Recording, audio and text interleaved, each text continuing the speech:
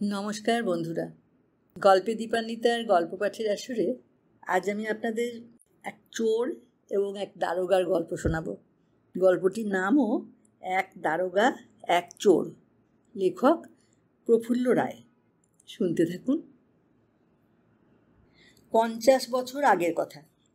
ননী দারোগা সেবার আমাদের থানায় বদলি হয়ে এসেছে। সঙ্গে সঙ্গে চারিদিকে একেবারে সাড়া পড়ে গেল। ননী চাটুর্যের মতো এমন দুর্ধর্ষ দুঁদে দারোগা তখনকার দিনে ভূভারতে আর একটিও ছিল না। সেটা ইংরেজ আমল। শোনা যায় দেশের সীমানা ছাড়িয়ে তার নাম নাকি খাস বিলেতেও ছড়িয়ে পড়েছিল। নামটি ননী হলে কি হবে, মানুষটি কিন্তু দুর্দান্ত। সে যখন যে থানায় বদলি হয়ে যেত সেখানকার যত চোর ডাকাত খুনে তার ত্রিসীমানায় থাকতো না। বাক্স বিছানা মাথায় চাপিয়ে রাতারাতি উধাও হয়ে যেত। যারা পালাতে পারতো না তারা চুরি ডাকাতি ছেড়ে দিয়ে বৈষ্ণবদের আখড়ায় গিয়ে দিন রাত হরে কৃষ্ণ গাইতো আর খিচুড়ি আর মালপো খেত। চেহারাখানা ননী দারোগা ছিল দেখার মতো। বিরাট ঘেরওয়ালা খাকি হাফ প্যান্টের তলা দিয়ে লিকলিকে দুখানা কালো ঠ্যাং নেমে এসেছে। কোমর থেকে ওপরের দিকটা পেল্লায়, 2.5 মণি জ্বালার মতো প্রকাণ্ড পেট। ঘাড় বলতে কিছু নেই, বিরাট মাথার পেছন দিকটা চ্যাপটা। এমন করে সে চুল ছাড়তো যে চারপাশে চামড়া বেরিয়ে পড়তো। শুধু মাথার মধ্যিখানে এক গোছা চুল খাড়া খাড়া আলপিনের মতো দাঁড়িয়ে থাকতো। গোঁফ দুটো ছিল বিশাল, আর তার আগা মোম দিয়ে মাজা। গোল গোল চোখ সারাক্ষণ বন করে ঘুরছে। কার মাথায় কী ফন্দি গজাচ্ছে একবার দেখলেই ঠিক টের পেয়ে যায় সে। তার চোখে ধুলো দিয়ে কারও কিছু করার উপায় নেই। কেউ কোনো খারাপ মতলব আনলে তক্ষুনি ক্যাঁক করে তার টুটি টিপে ধরতো ননী দারোগা। গলার আওয়াজ শুনলে মনে হবে একসঙ্গে 10টা বাজ পড়ছে। সে একবার হাঁকার দিলে সিকি মাইল দূর থেকে শোনা যেত। থানাটা ছিল আমাদের গ্রাম বাজিতপুরে। বাজিতপুরকে মাঝখানে রেখে চারপাশে ছোট বড় আরও 25খানা গ্রাম। এতগুলো গ্রামের জন্য ওই একটাই থানা। ননী দারোগার বদলি হয়ে আসার খবরটা অনেক আগেই উঠে গিয়েছিল। সবাই দারুণ খুশি। কোথাও 2-4 জন জড়ো হলেই এক কথা, যাক একদিনে কানাইয়ের হাত থেকে রক্ষা পাওয়া যাবে।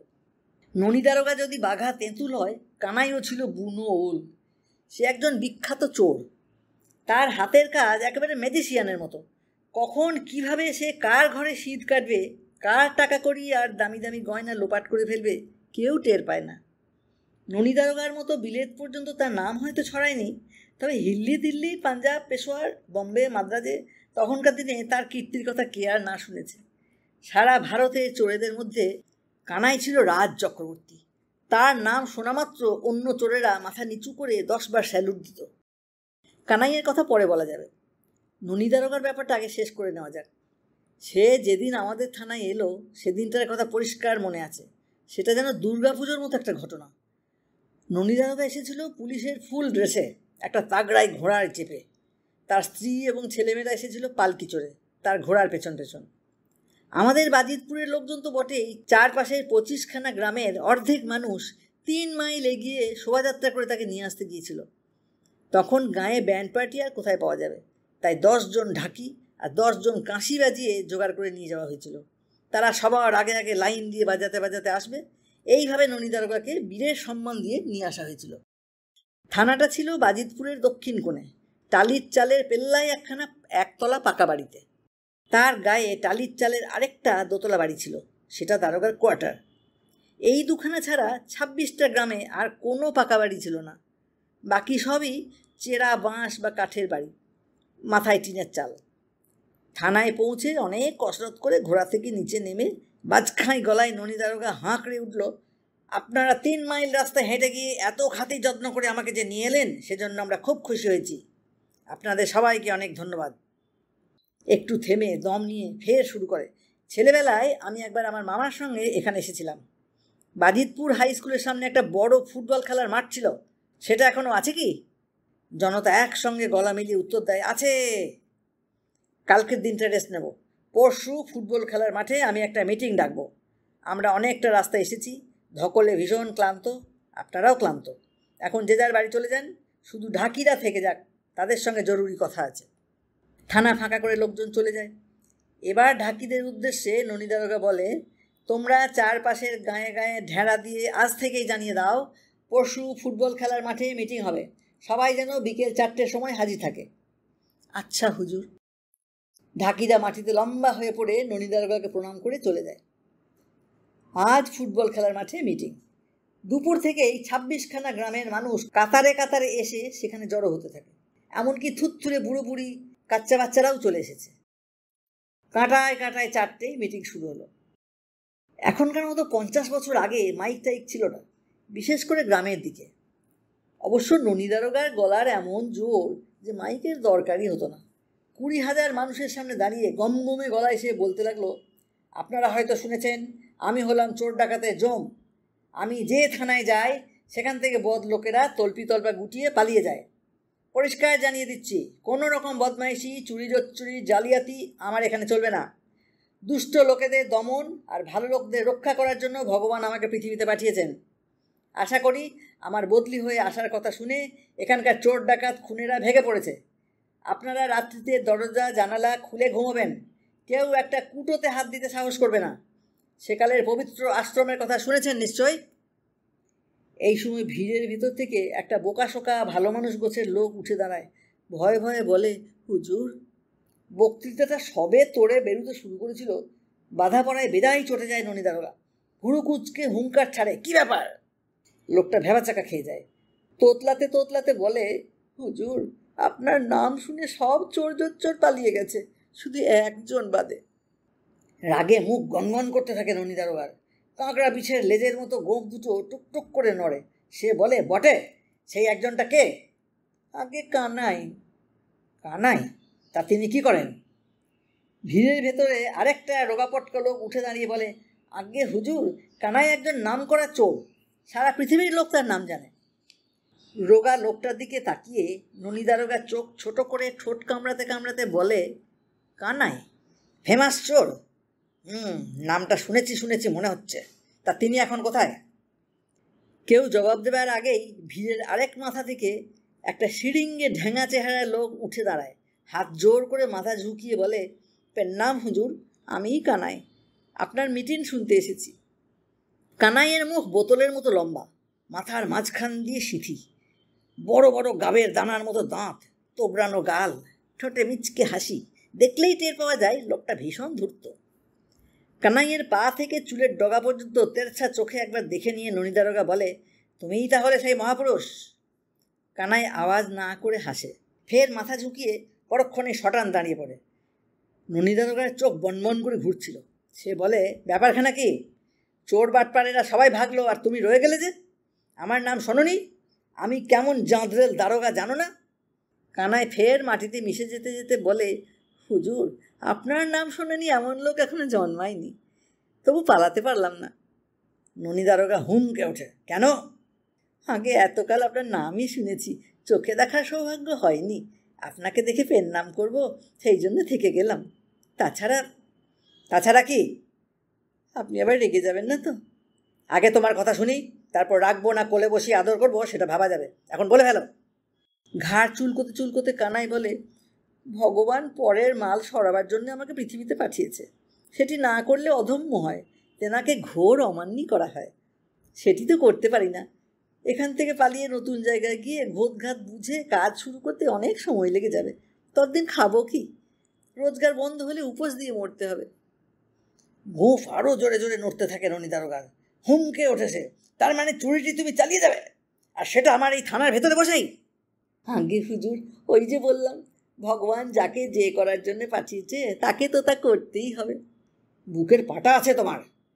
কানাই উত্তর দেয় না, মাটির দিকে তাকিয়ে চুপচাপ দাঁড়িয়ে থাকে। ননী দারোগা বলে, জানো, তোমাকে আমি মাসের পর মাস হাজতে পুরে রাখতে পারি। তক্ষুনি ঘাড় কাত করে সায় দেয় কানাই, 100 পারেন হুজুর। তোমাকে নানা কেসে ঝুলিয়ে দিয়ে জেল খাটাতে পারি। পারেন হুজুর, আপনি এখানকার মা বাপ। লাঠির বাড়ি মেরে আমার মাথা দুফাঁক করে দিতে পারেন, গুলি করে নদীর জলে ভাসিয়ে দিতে পারেন। ইয়ার কি দিচ্ছ? বাঘাটে গলায় গর্জে ওঠে ননী দারোগা। নিপাট ভালো মানুষের মতো মুখ করে কানাই বলে, হুজুর, আপনার সাথে ইয়ার কি দেবো আমি? এত সাহস আমার হতে পারে? একটু চুপচাপ। তারপর কি সব চিন্তা করে হঠাৎ ননী দারোগা বলে ওঠে, ঠিক আছে, তোমাকে এমনি এমনি হাজতে পুরবো না, জেলে পাঠাবার ব্যবস্থাও করবো না। তুমি এখানেই থাকো। 7 দিন সময় দিলাম, এর ভেতর তুমি যে একজন দুর্দান্ত চোর সেটা প্রমাণ করতে হবে। যদি এখানকার 26টা গ্রামের কারো বাড়ি থেকে একটা ঘটিও চুরি করতে পারো, বুঝবো তোমার মতো ওস্তাদ একজনও নেই। না পারলে কিন্তু মাথা ন্যাড়া করে 2 গালে চুনকালি লাগিয়ে কোমরে দড়ি বেঁধে 26খানা গ্রাম ঘোরানো হবে।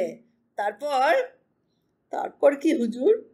থানায় নিয়ে গিয়ে বুকে পিঠে বাঁশ দিয়ে এমন ডলা দেব যে হাড় মাংস পাউডার হয়ে যাবে। কে রাজি? হাত কচলাতে কচলাতে মিনমিনে গলায় কানাই বলে, হুজুর যখন 7 দিন সময় দিতে চেয়েছেন তখন চেষ্টা করেই দেখি। ননিদারোগা ভেবেছিল বাঁশ ডলার কথায় পিছিয়ে যাবে কানাই, কিন্তু যখন বুঝলো সে একেবারেই ভয় পায়নি, উল্টে তার চ্যালেঞ্জটা সে নিয়েছে, তখন বেজায় চটে গেল। হুঙ্কার ছেড়ে বলল, ঠিক আছে। ঘাড় নুইয়ে কানাই এবারে বলে, হুজুর আরেকটা কথা আছে। আবার কি? যদি আপনার আশীর্বাদে কিছু হাতাতে পারি তখন কি হবে? কানাই যে এরকম একটা প্রশ্ন করে বসবে ভাবতে পারেনি ননিদারোগা। চোখ দুটো গোল করে অনেকক্ষণ তাকিয়ে থাকে সে। তারপর বলে, তুমি বুঝি প্রাইজ চাইছো? দাঁত বের করে হাসে কানাই, তবে মুখে কিছু বলে না। ননিদারোগা তার গোফের ডগা দুটো পাকিয়ে পাকিয়ে শুরু করতে করতে বলে, ঠিক আছে, কাল থেকে 7 দিন পরে এই খেলার মাঠে মিটিং ডেকে তোমাকে একখানা সোনার মেডেল দেবো। কানাইয়ের মুখ হাসিতে আলো হয়ে যায়, চোখ দুটো চকচক করতে থাকে। সে বলে, পাকা কথা তো হুজুর। ননিদারোগা গুজ্জে ওঠে, আমার কথার নড়চড় হয় না। ননিদারোগার বাত হাতি কা দাঁত। তাহলে কাল থেকেই তোমার কাজ শুরু করে দাও, আমি তোমাকে ফাঁদে ফেলার চেষ্টা করি। কানাই উত্তর দেয় না, চোখ কুঁচকে হাসতে থাকে। কানাইকে ছেড়ে দিয়ে ননিদারোগা এবার অন্য লোকজনের দিকে তাকায়, বলে, কানাইয়ের সঙ্গে আমার কি কথা হলো আপনারা সব শুনলেন। কাল থেকে 7 রাত ঘুমোবেন না। প্রতিটি গ্রামে ডিফেন্স পার্টি তৈরি করে রাত্রে পাহারা দেবেন। থানা থেকে টর্চ দেবার ব্যবস্থা করছি। গ্রামের চারিদিকে মশাল জেলে রাখবেন। পুলিশরা প্রতিটি গ্রামে টহল দিয়ে বেড়াবে। তাছাড়া আমি নিজে ঘোড়ায় চেপে ঘুরে ঘুরে নজর রাখবো, দেখব বাছাধন কি করে পরের জিনিস হাতায়। বলে চোখের কোণ দিয়ে কানাইকে দেখতে থাকেন। কানাই ভক্তিতে নুয়ে পড়তে পড়তে বলে, হুজুর যা সব বন্দোবস্ত করলেন তাতে বুক শুকিয়ে যাচ্ছে। ননিদারোগা গম্ভীর চালে বলে, কি হলো, সব শুনে ভয় পেয়ে গেলে নাকি? ভয় একটু আধটু হচ্ছে ঠিকই, তবে বলতে বলতে থেমে যায় কানাই। ননিদারোগার কেমন যেন খটকা লাগে, হাঁকার দিয়ে বলে, তবেটা আবার কি? আপনি যখন দয়া করে হাতের কাজ দেখাবার সুযোগ দিয়েছেন হুজুর, তখন কিছু কি আর করতে পারবো না। মা তস্করেশ্বরীর নাম নিয়ে নেমে যায়। পারলে মেডেল, নইলে কপালে বাঁশ ডলা তো আছেই। দিন একটু পায়ের ধুলো নিয়ে যাই। কানাই এগিয়ে গিয়ে ননিদারোগার বুট থেকে 1 খাবলা ধুলো নিয়ে মাথায় আর জিভে ঠেকায়। পরদিন থেকে একেবারে হুলস্থুল কাণ্ড। প্রতিটি গ্রামে 4টে করে ডিফেন্স পার্টি তৈরি হয়ে গেল। এক একটা পার্টিকে 2টো করে 5 ব্যাটারির ঢাউস টর্চ দেওয়া হলো থানা থেকে। 26খানা গ্রামের 20-22 হাজার লোকের খাওয়া নেই, ঘুম নেই। দিন রাত চোখ টান করে তারা পাহারা দিচ্ছে। বন্দুক কাঁধে ফেলে পুলিশরা এক গ্রাম থেকে আরেক গ্রামে হানা দিয়ে চলেছে। সবার উপরে রয়েছে ননিদারোগা। দিন রাত ঘোড়া দাবড়ে বেড়াচ্ছে সে। চারপাশে পাহারাদারির এমন কড়া ব্যবস্থা যে তার ভেতর দিয়ে লোকের চোখে ধুলো দিয়ে একটা ছুঁচ ছড়াবার উপায় নেই। সবাই বলা বলি করতে লাগলো, এবার কানাই নির্ঘাত ফেল। ননিদারোগার কাছে তার কোনো জারি জুরি কি ওস্তাদি খাটবে না। 7 দিন পর থানায় বাঁশ ডলা খেয়ে তার হাড় মাংস কিমা হয়ে যাবে। ননিদারোগাকে চ্যালেঞ্জ করার ফলটা হাতে হাতে পাবে সে। 7টা দিন তুমুল উত্তেজনার মধ্যে কেটে গেল। তারপর বাজিতপুর হাই স্কুলের খেলার মাঠে আবার মিটিং ডাকে ননিদারোগা। 2 জন কনস্টেবল পাঠিয়ে কানাইকে স্পেশাল নেমন্তন্ন করে আনেছে। হাজার হাজার মানুষের সামনে দাঁড়িয়ে ননিদারোগা গোঁফে তা দিতে দিতে বলে, প্রিয় গ্রামবাসীরা, আপনারা বলুন, কানাই কারোর টাকা পয়সা, সোনাদানা, ঘটিবাটি কি অন্য কিছু চুরি করতে পেরেছে কিনা? সবাই একসঙ্গে চেঁচিয়ে ওঠে, না হুজুর, আমাদের কিছু চুরি যায়নি। ভালো করে ভেবেচিন্তে বলুন। ভেবেচিন্তেই বলছি হুজুর। এবার ননিদারোগা কানাইকে তার কাছে ডেকে আনে। একটা ভুরু ওপরে তুলে আরেকটা নামিয়ে ভারিক্কি চালে মাথা নাড়তে নাড়তে বলে, তারপর কানাই ওস্তাদ, নিজের কানেই শুনলে কারো কিছু খোয়া যায়নি। অন্যের মাল হাতাতে না পারলে কি কি করা হবে মনে আছে নিশ্চয়? হাজার হাজার লোক দম বন্ধ করে কানাই আর ননিদারোগার দিকে তাকিয়ে আছে। তাদের চোখের পাতা পড়ছে না। ননিদারোগাকে চ্যালেঞ্জ করে হেরে গেছে কানাই। এখন তার হাল কি হবে সেটা ভাবতেই সবার বুক ঢিপ ঢিপ করছে। কানাই কিন্তু একটুও ঘাবড়ায়নি। দেখে মনে হয় না তার প্রাণে ভয় ডর কিছু আছে। হাত জোর করিয়ে ভক্তি গদগদ হয়ে সে মাথাটা কাত করতে করতে বলে উঠল, মনে আছে হুজুর, কিন্তু কিচ্ছু ভুলিনি। ন্যাড়া করে দেওয়া, মুখে চুনকালি লাগানো, তারপরে বাঁশ ডলা। ননী দারোগা মেঘ ডাকা গলায় বলে, আগে তাহলে বিষ্টু নাপিতকে দিয়ে মাথা চেঁচে দিই। তার আগে আমার একটা নিবেদন আছে হুজুর। চোখের তারা দুটো বনবন করে ঘুরতে থাকে ননী দারোগার। বলে, কিসের নিবেদন? মাথাটা আরও অনেকখানি নুইয়ে কানাই বলে, আজ্ঞে হুজুর, আপনার আশীর্বাদে আমি চুরি করতে পেরেছি। কানাইয়ের কথা শেষ হতে না হতেই গোটা সভা একেবারে স্তব্ধ হয়ে যায়। হঠাৎ যেন বাতাস বন্ধ হয়ে গেছে, গাছের পাতা নড়ছে না, এমনকি লোকজনের বুকে ঢিপঢিপিনি পর্যন্ত থেমে গেছে। কানাইয়ের কথা কানে শোনার পরেও কেউ বিশ্বাস করতে পারছে না। মিনিট পাঁচেক কানাইয়ের চোখের দিকে তাকিয়ে থাকে ননী দারোগা। তারপর স্টিম ইঞ্জিনের মতো হুস করে একটা নিঃশ্বাস ফেলে পেল্লাই গর্জন ছাড়ে, চুরি করেছ বটে? হ্যাঁ হুজুর। দেখি কি হাতিয়েছ। কানাই তার জামার পকেট থেকে একটা ভারী সোনার হাড় বের করে তুলে ধরে। সেটার লকেটে প্রকাণ্ড একটা হিরে জলজল করছে। হাড় দেখে চোখ গোল হয়ে যায় ননী দারোগার। অনেকক্ষণ তার গলা দিয়ে আওয়াজ বেরোয় না।